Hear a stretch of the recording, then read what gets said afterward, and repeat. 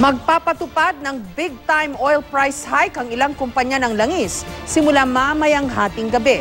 Magkakaroon naman ng bawas presyo sa mga tinapay gaya ng Pinoy Tasty at Pinoy Pandesal.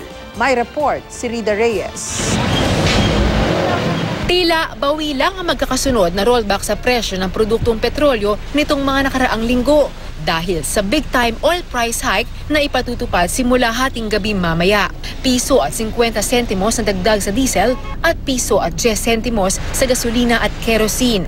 Ang dahilan ng OPH, mga espekulasyon ng mga oil trader kaugnay sa kinahinatnan ng pulong nitong weekend ng mga oil-producing country na pag-usapan ang panukalang pagpapatupad ng oil production freeze.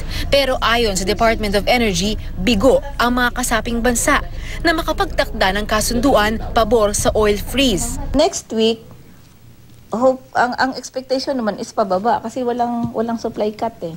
Ang market talaga, kunting balita, nagre-react yung international market. So, volatile talaga siya.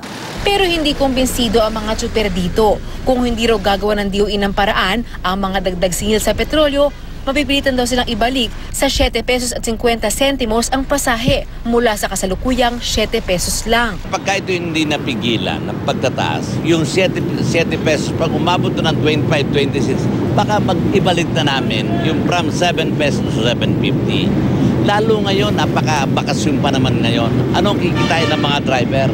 Walang pasok. Pero dahil deregulated ang oil industry, ang tangi raw magagawa ng DOE ngayon ay ang matiyak na walang abusong magaganap sa presyuhan ng petrolyo sa lokal na merkado at ang payuhan ang mga motorista na magtipid sa konsumo sa langis. Kung may dagdag presyo sa mga produktong petrolyo, epektibo naman simula bukas ang bawas presyo sa mga tinapay. Bababa ng 50 sentimos ang presyo ng Pinoy Tasty Loaf. 25 sentimos naman ang babawas sa presyo ng kada 10 pirasong pack ng Pinoy Pandesal.